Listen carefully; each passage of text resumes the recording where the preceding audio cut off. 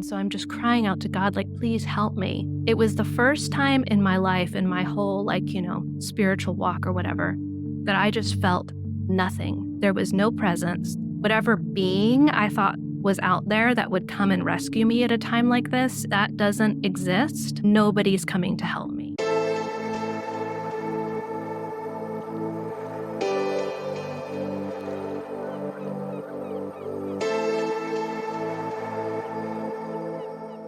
I am here today with Heather Hamilton. She has had a powerful mystical experience, which we're going to learn about today. So, I would love to hear about whatever led up to your mystical experience. Yeah.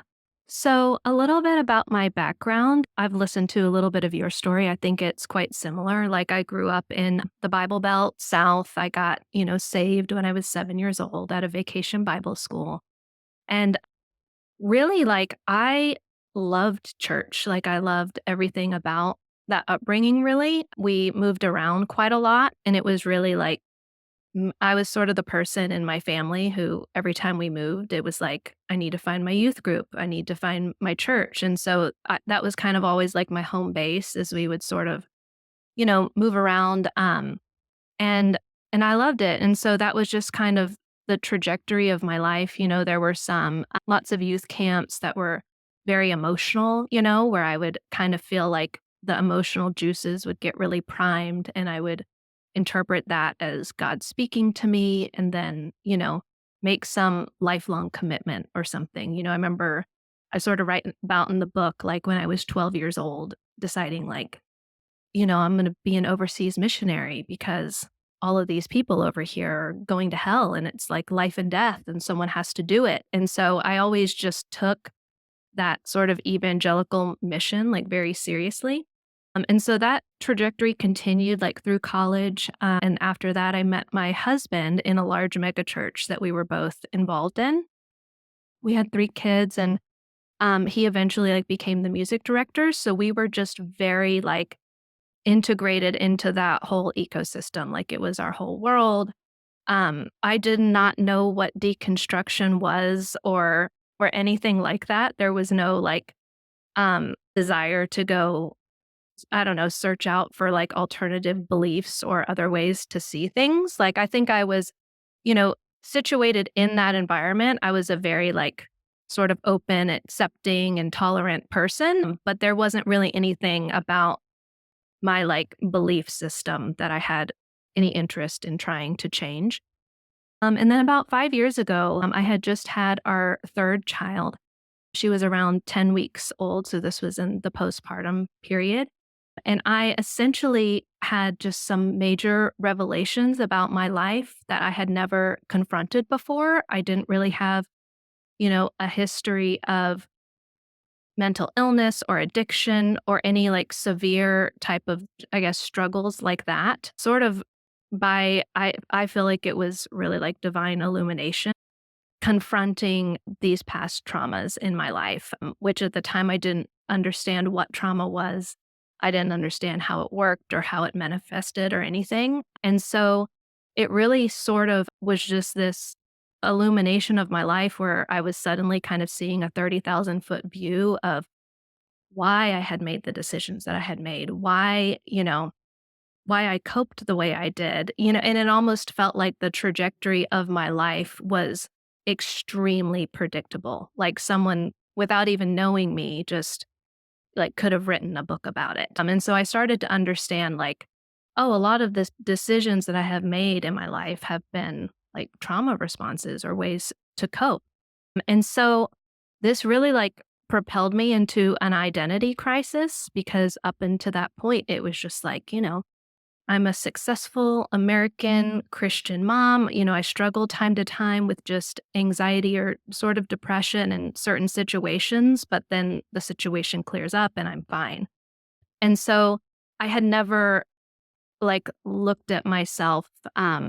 I had just never identified as someone who had any kind of trauma that was affecting them. And so this realization sort of instantly put me into my nervous system just into overwhelm, like a fight or flight response. And I kind of descended into this state of active PTSD where I was just my nervous system was just overwhelmed, and I descended into, like, these severe panic attacks where I had had one a few years before, but it was about a health thing, so that it was, like, a specific situation.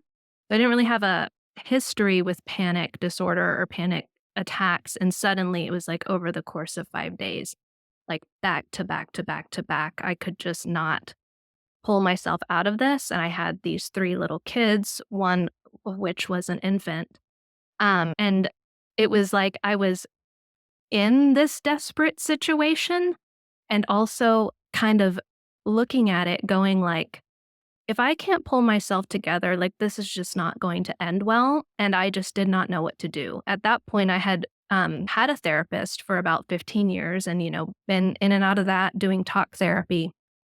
And so in my mind, that was sort of the only resource for me, and I knew that talk therapy was not what I needed in this situation.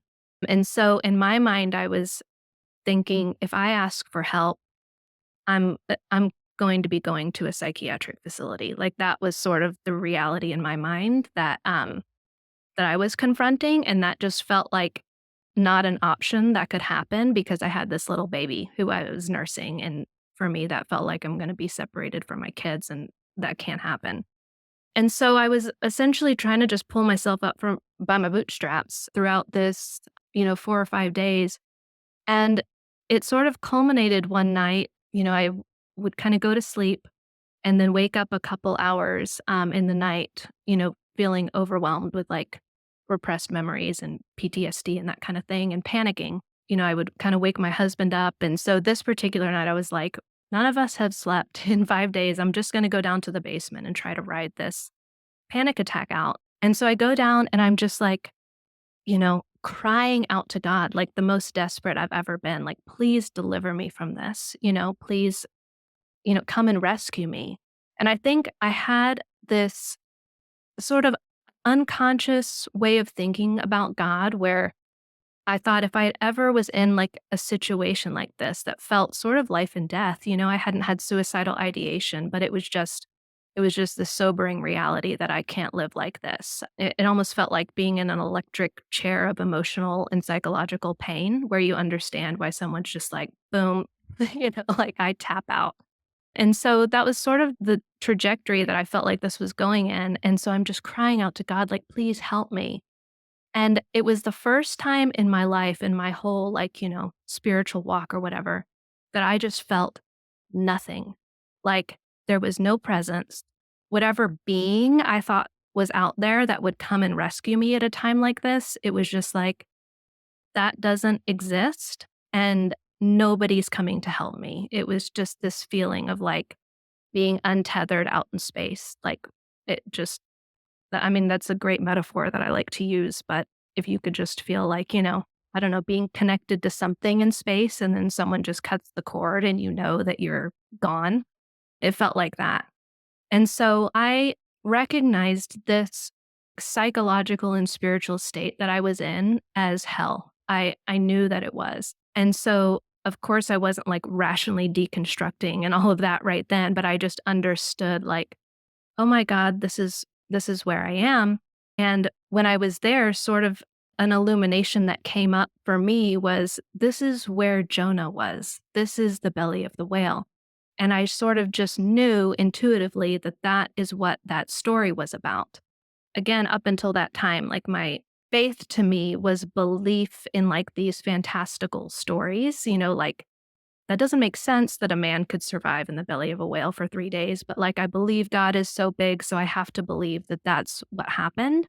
And in this moment, I knew like, no, whether Jonah was historical or not, I know that the place that I'm in is where this character was, and the belly is what this is referring to.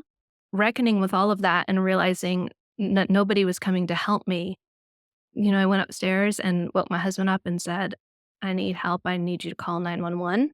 And for me, that was me essentially surrendering to like going to a psychiatric facility, which just, it was like, okay, I surrender to that and whatever I need to do, I'm going to do. And so he calls 911 and the paramedics show up and As soon as we open the door and I start talking and having a conversation with the person across from me, I immediately realized that this was a transgender woman, which again, I'm still in this very conservative evangelical mindset.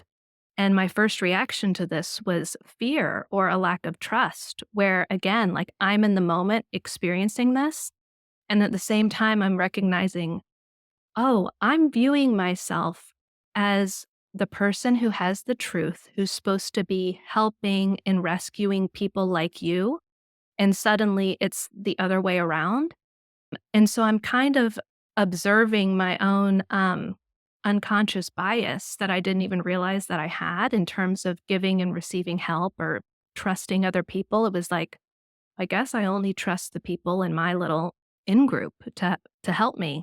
But as I continue talking and she's dialoguing, she kind of discloses that she's been in the same place as me. And it was like for the first time that week, I suddenly felt so accurately seen by this woman.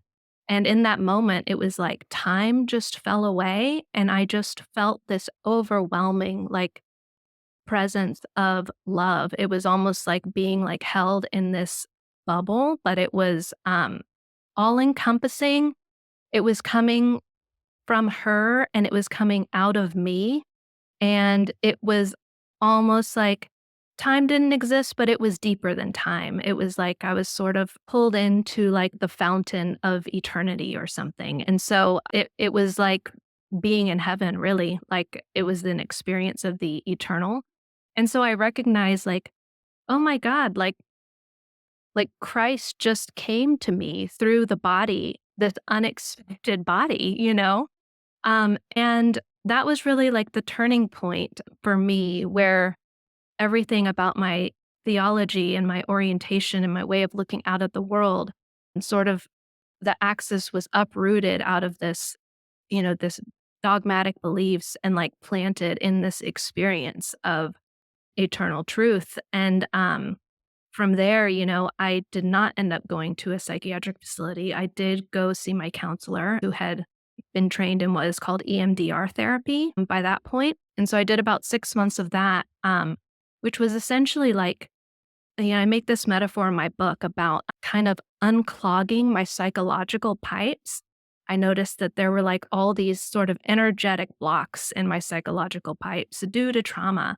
But as those were resolving, it's like the metaphor I give is, the pipes representing my psychology and the water flowing through the pipes representing my spirit. And so it was like as I was working out the psychological stuff, the spiritual energy started flowing. And so I'll kind of leave it at that in terms of like that was the story and the mystical experience that reoriented everything. But yeah, my deconstruction really began with the frame of reference of that mystical experience. Thank you so much for being willing to share so vulnerably from your life. And I want to let you know that you are definitely not, you probably know this, but you're definitely not alone in those kind of experiences. I had a very similar experience where I wouldn't completely call it a mental breakdown, but it was really dark. And it was Yeah. also rooted in trauma from my past and more trauma that had built up from my deconstruction experience. So, and it's not easy to talk about it and share how dark things can get necessarily, especially when you see yourself as a spiritual person, which I definitely Yeah. did, and it sounds like you may have as well. So, thank you for sharing, first of all. And I also wanted to ask your thoughts on this. When you prayed for help that night and you felt no presence and no answer and you felt completely alone, and then you ended up calling 911 and the transgender woman showed up on your door. Do you think that maybe that could have been the answer to your prayer?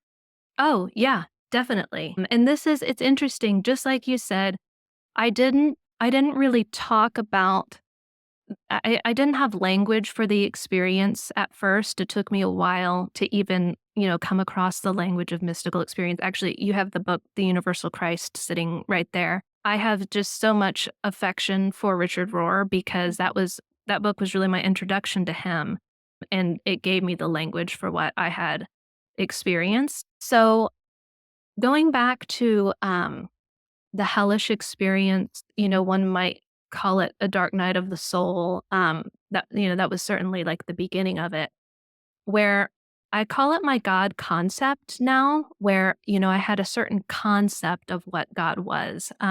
It was, you know, an object relation concept where I was here and God was an object out here. And so coming to the realization that that didn't match reality, that concept collapsing was obviously devastating because I didn't know what was left after that. But what I came to understand was, the reason why that was so devastating, it didn't exist, is it was more going back to the metaphor of, Jonah and the whale, that being the belly or hell being this belly. It was more of a realization of, I'm like a child in the womb of God, you know? And essentially what I had been doing up until that point was, if you can imagine, like a baby in utero looking for its mother, being inside the mother being connected through the umbilical cord and being inside the child. Like it's all one thing, it's all one harmonious relationship where, the child can't survive without literally being connected to the mother with its nutrients and everything. So it's really, one organism. That was a better reflection of what God was and you know, my connection as, being part of the whole, it not being this separate thing. And so I understood, Jonah and the whale being a metaphor for that, where essentially it's this process of being sort of taken back to our source. My book is called Returning to Eden, and it's really a nod to that, like this return to the garden, this return to this oneness of and wholeness where we're birthed out of the garden. It says like Adam is made from the dust, like we come out of the garden. And so, part of that process psychologically is being like stripped of all your identities, which for me was like, I'm a woman, I'm a Christian, I'm an American, I'm a mother, I'm a video producer. There's all these external identities that I've attached to myself that I use to kind of create this mental image of myself. And all of that, was stripped away. And I understood myself to be a part of the source, a manifestation of the source in this finite form. And that's what I was seeing in this transgender woman. So, the word that I use for that is Christ, which is, the Christian language. There's other words for it in different religions. So that's just a word, but I understood that's what I was experiencing was Christ was being illuminated in this transgender woman. So when I would say like, I saw Jesus on my front porch, it wasn't a 33-year-old man with long hair, you know what I mean? But the animating spirit that completely filled Jesus's body and was transparent through that, the spirit and the flesh becoming one, the two becoming one flesh. That truth was fully transparent. We see it in Jesus, but suddenly I was seeing it in all of creation, in this woman, in me, and in all physical forms. So, yes, it was the answer to prayer that ended up feeling like, I mean, it's like complete heresy to say that, And so, yes, that was the answer, but it took a little while for me to reformulate my theological understanding around that. Right, I can imagine. So in your book, you said that you had similar experiences over the next several months. And if you don't mind if I quote your book, because Yeah. I love what you said. You had moments where you would suddenly feel an ineffable presence, as if your reality was suddenly saturated with a thick, benevolent texture. Would you like to share any more of those experiences that you had and how they impacted your growing understanding? Yeah. Well, what was interesting was, the mystical experience on my front porch is where I feel like that the veil tour. We see that in the story of Jesus. And to me, it's a metaphor, for us being aware of ultimate reality or being able to glimpse behind the quote unquote veil. So that tour. But what was interesting was, and I mentioned this in the book, that I had experienced something very similar when I had my first daughter, Nora. Like the moment that she was born, looking at her for the first time, it was this collapse of time where it felt like heaven was like emanating from her and from me, and it was like gravity pulling and grace lifting. It's like you kind of feel that love, like a downward pressure on me, but also this suspension where you kind of just feel held beyond the bounds of time.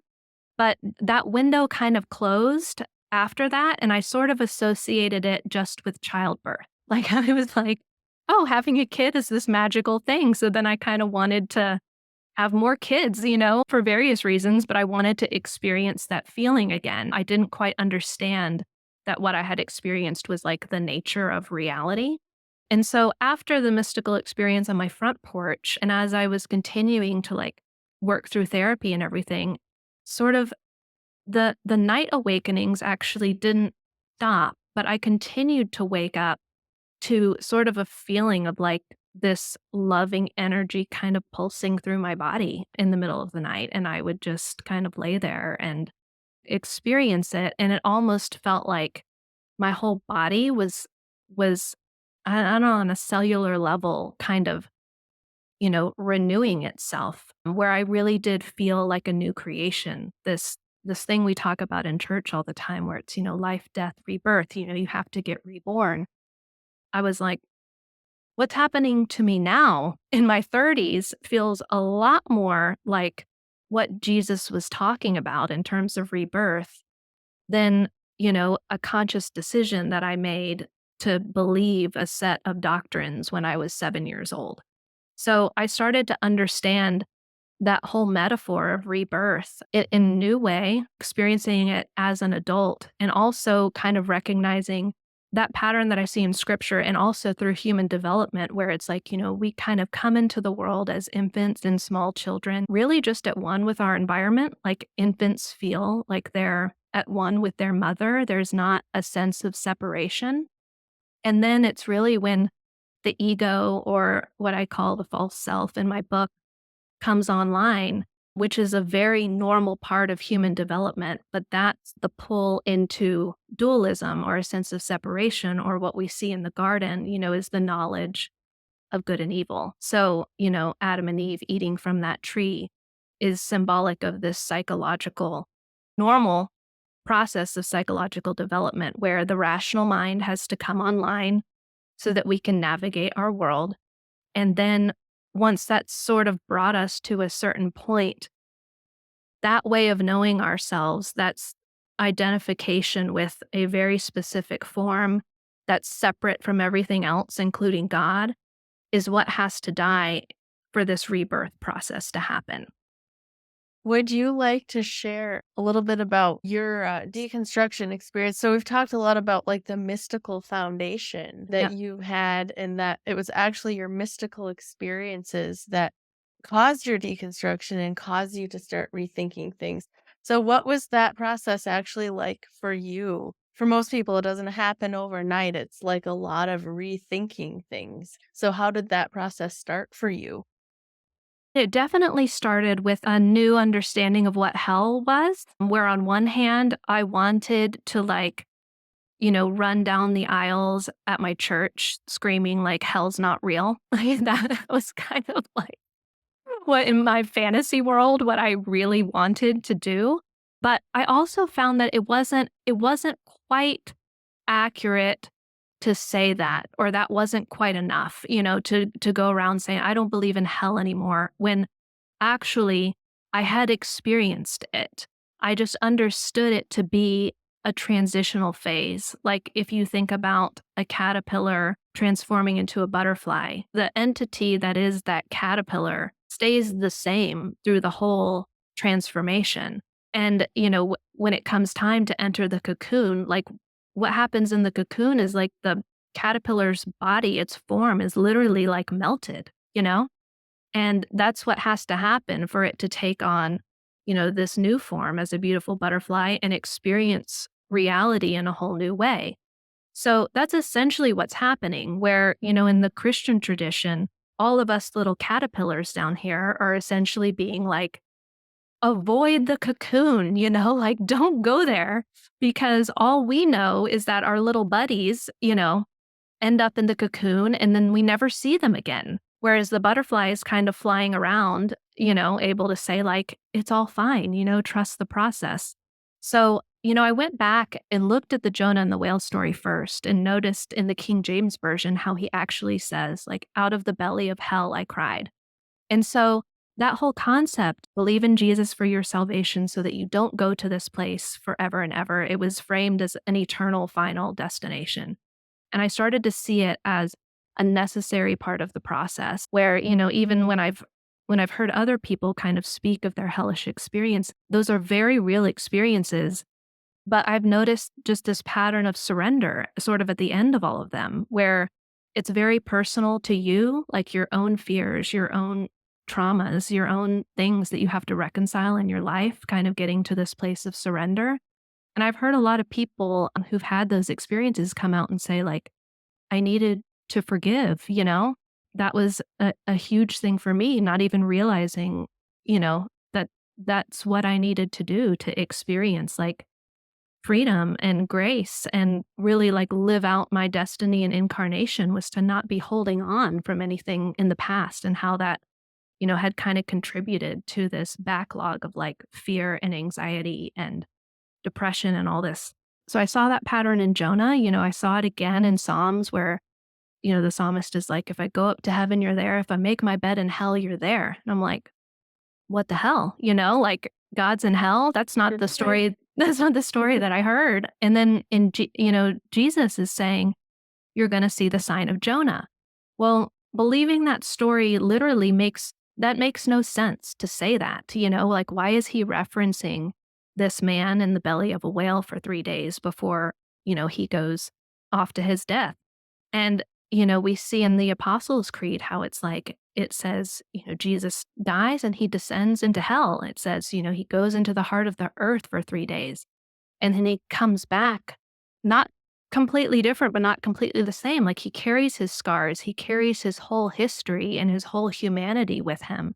It's just infused with this spiritual energy afterwards, And then we kind of see him ascend and evaporate into everything where the spiritual energy, it's sort of, we see this picture of it filling all things, in Ephesians where it says, Christ fills everything in every way. We see that with Jesus, but there is this death, resurrection, and ascension process that happens that it's like not even Jesus can avoid this, It says there in Catholic theology that he goes to hell, So I'm like, Christ is filling all things, all places, and every way. So, I mean, really, hell was like the crux of my deconstruction. But then also, thinking in terms of sin, I think up until that point, anytime I would see any kind of quote unquote bad behavior or whatever, it was just like, oh, it's sin. That was sort of always the reason for it. And coming to understand, like, oh, actually, I think trauma is a better word to explain human behavior and understanding that a lot of these negative or unhealthy addictions or the way that people behave, that there was an actual explanation for it. And really, so the term sin for me came to mean not being awake to our true nature, in again in the garden, it says that Adam falls asleep in the garden. And it actually never says that he woke up. There's no him waking up and leaving the garden. It's him falling asleep. And then it says that he leaves, but it's almost like you see psychologically he's in this kind of dream state where he's, forgotten his essential nature. And then when we see Jesus, called the second Adam, it's like this awakened person. And so for me, I recognized this state that we call sin as being asleep to my essential nature, who I really was, which kind of just eliminated all the guilt and shame that I felt because of course it was like, all right, I need to make amends here or I need to retool some of my parenting approaches or my relationship approaches or whatever. But the truth of the matter, it was like I didn't know what I didn't know, and that's why I behaved the way that I behaved in the past. And so it wasn't a matter of, you know, kind of consciously doing something wrong and that being sin. It was a matter of me being asleep to myself and being woken up, which really wasn't a choice on my own. That was what felt like grace is it was, kind of akin to being asleep in the middle of the night and someone waking you up and your house is on fire. And it's like, it's not really a choice to just run out of your house. It's just the instinctual thing that you would do. So once I started to kind of understand it all that way, it was like, oh, now I'm just looking at everyone with this feeling of compassion and understanding, which doesn't eliminate the need for boundaries or anything like that with unhealthy behavior, but it was just a knowledge of why people are acting the way that they are and sort of compassion for this state of sin, which was more akin to being asleep. So you've talked a little bit about waking up to who we are in the sense that sin is rather than doing something wrong is just not being aware of who we are. So Yeah, who would you say that we really are? that is a great question. And it always feels a little, profane talking about it. Someone that I've learned a lot from and draw from and quote in my book is this man named Joseph Campbell. He was a mythologist and, a teacher of comparative religion. And he's the one who made me aware of this phrase. And it's more popular like in Eastern traditions, but it's thou art that. That thing that you are looking for is you. I kind of recognize that like the love that I had for Jesus, the love that I had for God, that I had projected onto this image of Jesus, that was that was pure, but I started to understand that that was also a projection of what was most true inside of me. What was most true about Jesus was the same as me, So when he says like, I'm one of you. I'm a son of man. I'm not different from you. And everything that I've done, like you're gonna go do greater things. Like it it turned from not so much as a worshiping someone who could do something that I couldn't do, but this invitation to wake up to the same truth. We use this term like being children of God. I've heard that for forever, but I came to understand it as like an extension of God. If you think like of a wave in the ocean, just coming up for a short time, like that wave coming up is a distinct form. I can point at it and say like, look at that wave, but it it's filled with the ocean beneath it. The whole ground of its being is an extension of the ocean, which it kind of rises up from and then goes back into. And so that's how I see myself now is, I am a specific incarnation of love, of God, of Christ that is essentially experiencing the world through Heather's eyes, which I mean, that was at once like a very humbling feeling, and also a very empowering feeling where it was like, the things that really break my heart, instead of looking at them going, where's God? Why doesn't God fix this? It was suddenly like, oh, God is in me crying for these things, and understanding like the empowerment part of that was I can do something, to alleviate suffering where I can. And the humbling part of it was sometimes I can't, And so we see Christ on the cross dying. We see God dying on the cross and understanding how vulnerable God is, The two most prominent pictures of God in the Bible are of this little helpless baby and of this man dying, being murdered on the cross. And so, yeah, humbling and empowering where, sometimes when I see something and feel very moved by it, I feel this empowerment to say, like, this is God through me, seeing this and moving into action. And there is a power in that that I think people kind of innately wake up to when they see it.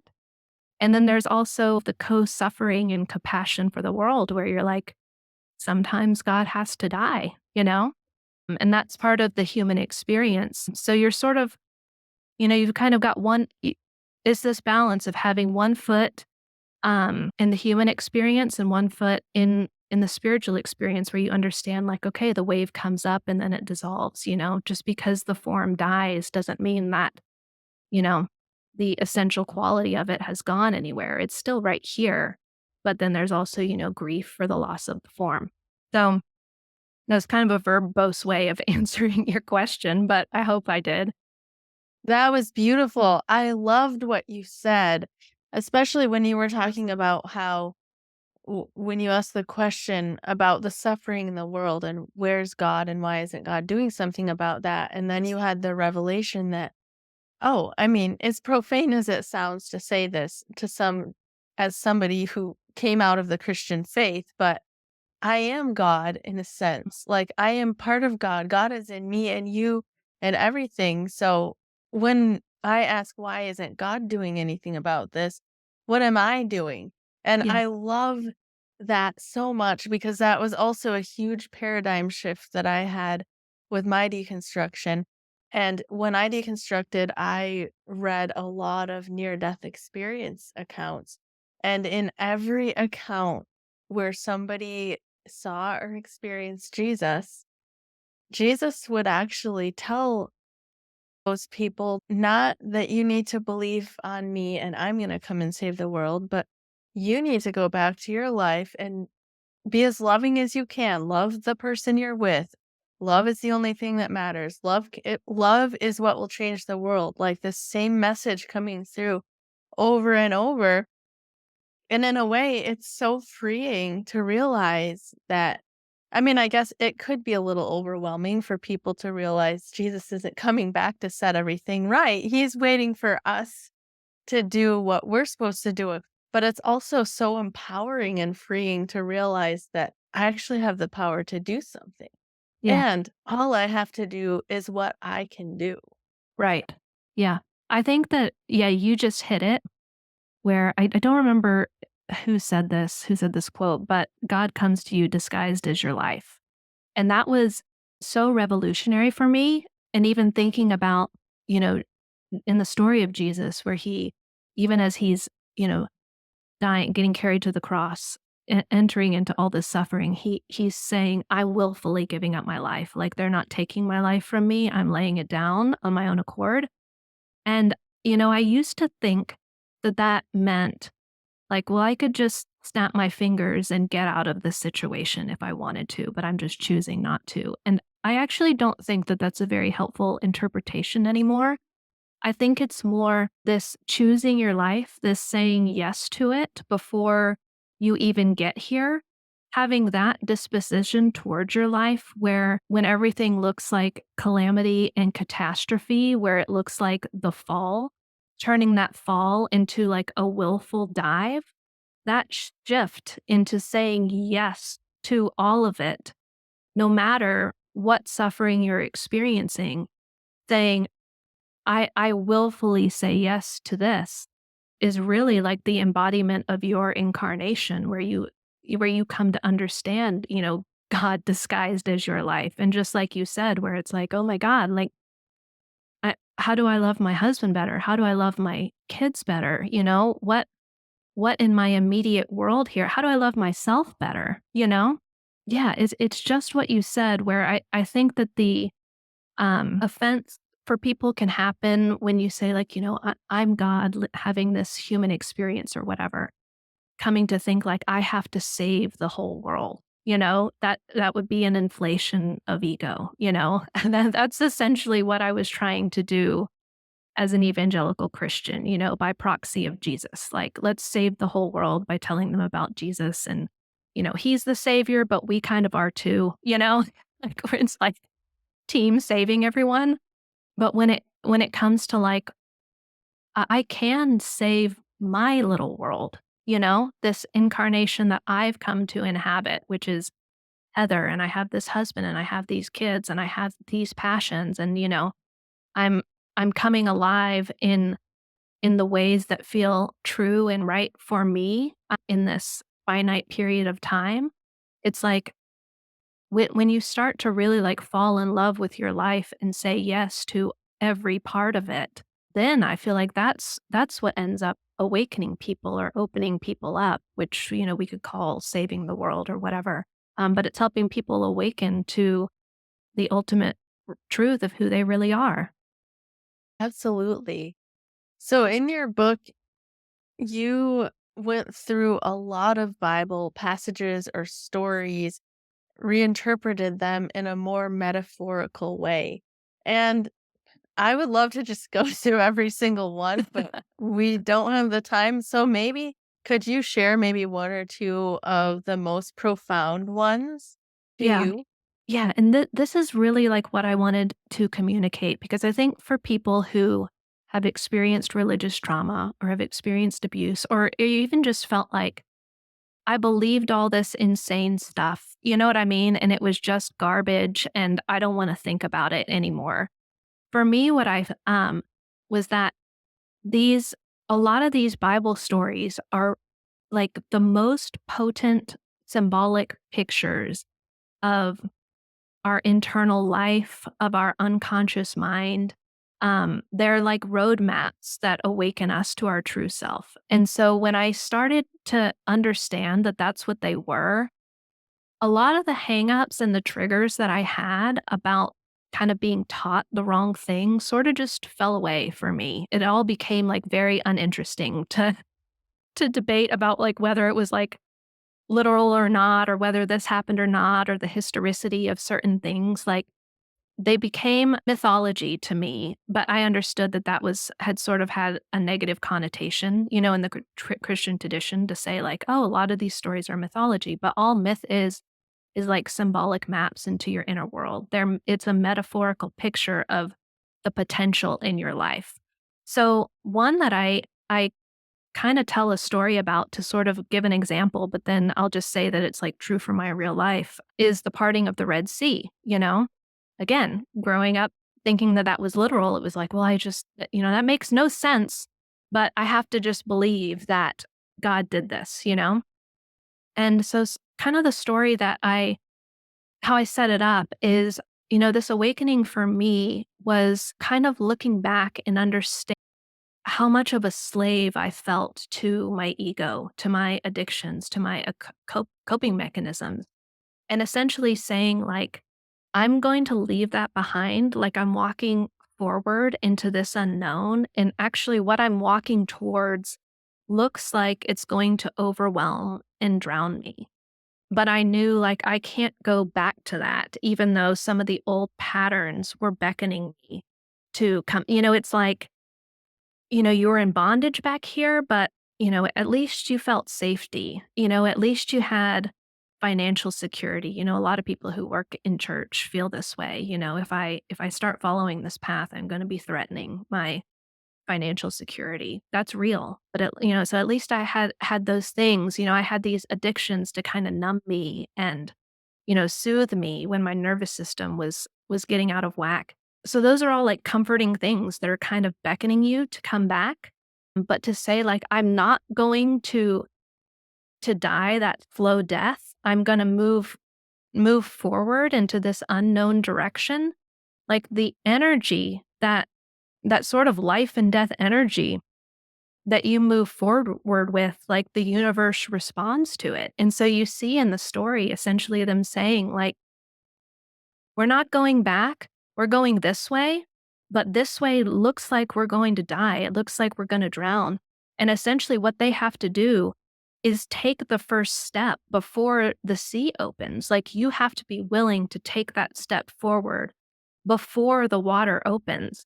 And so it's like walking into this dark cave and realizing that you're the light that is illuminating your steps. But the light can't be so far out because you're not out there. It's like the light is just right here with me. So I'm walking and illuminating the steps at the same time. So the story that I kind of pull from, just to give an example of it, in the movie that came out a few years ago called Harriet. I don't know if you ever saw that, but it was about Harriet Tubman. Yeah, well, there's this really powerful scene where she essentially just decides, like, I'm done. I'm done with this life of slavery. And so she takes off on the run, and her masters are like pursuing her. And there's this scene where she ends up like cornered on a bridge over a river. And, they're saying, like, come back with us. Your life wasn't so bad. You were cared for. Your family's back there. Like, where are you going to go? You're this young Black girl. Like, what? There's nothing out there for you. And she ends up saying, like, I'm going to be free or die. And she jumps off the bridge. And that water ends up, like, delivering her to her destiny. But essentially, she has to say, like, I'm I don't fear death. I fear this life of bondage behind me. And it was that energy, that life or death, but I'm moving forward energy that actually, quote unquote, parted the waters for her so that she could fulfill the ultimate destiny of her life, which was leading people through the Underground Railroad. But that was that's the energy that the story of the Red Sea contains in itself. That's why it's red, because it's symbolizing this lifeblood, like the vitality of your life, like filling your physical world. Essentially, like, what that story is saying is, like, when you're bringing that vital life energy of your spirit into your world, things will start opening for you that aren't there for anybody else. And so for me, that was kind of the picture that I had with this book, sort of, was like, I have to do this. I'm putting, like, my purest, most vital life energy into this. And then once it existed, it was like, okay, now there's some red seas that are starting to part that just seemed like a brick wall before then. But those doors were not opening until I had put my foot forward, if that makes sense, and kind of discovered, oh, there's ground underneath this water that I'm not going to discover unless I just keep walking. So that, to me, I mean, I think about that story all the time now when I'm afraid, like, oh, I really want to do this. I really want to move in this direction, but I'm terrified of the consequences. Just picturing that story of the Red Sea kind of energetically aligns me to move forward in faith that, like, something's going to move for me, you know? So, and once you kind of confront, like, the fear of death, which was what that hellish experience was for me, and understanding, like, there's nowhere that I can go where I'm not held by eternal love, that once you kind of confront that and understand that the fear of death is really just illusion, then it's like nothing that I'm going to do here on earth is going to be scarier than what that was.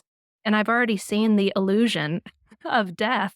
So, like, let's go for it, you know? Heather, thank you so much for sharing. I've really enjoyed this conversation. I really love your answer to that last question, and was definitely a good reminder for me and what's going on in my personal life as well. Mm. Would you like to share with the viewers where they can find you? Yes, I would love to. So, yeah, we've already mentioned it, and then there's a poster, but the book is Returning to Eden by Heather Hamilton. You can get it on Amazon or wherever you buy your books. And then my website is returningtoeden.com. I have a newsletter, a monthly newsletter called Unorthodox that you can sign up for. And actually, if you sign up for that, you can read the introduction to my book for free, which is where I kind of describe my mystical experience. Yeah, and then on Instagram, I'm Heather Hamilton 1, and on Facebook, Heather Hamilton Author. Wonderful. I will have those links in the description. Thank you so much for being willing to have this conversation. Thanks, Melissa.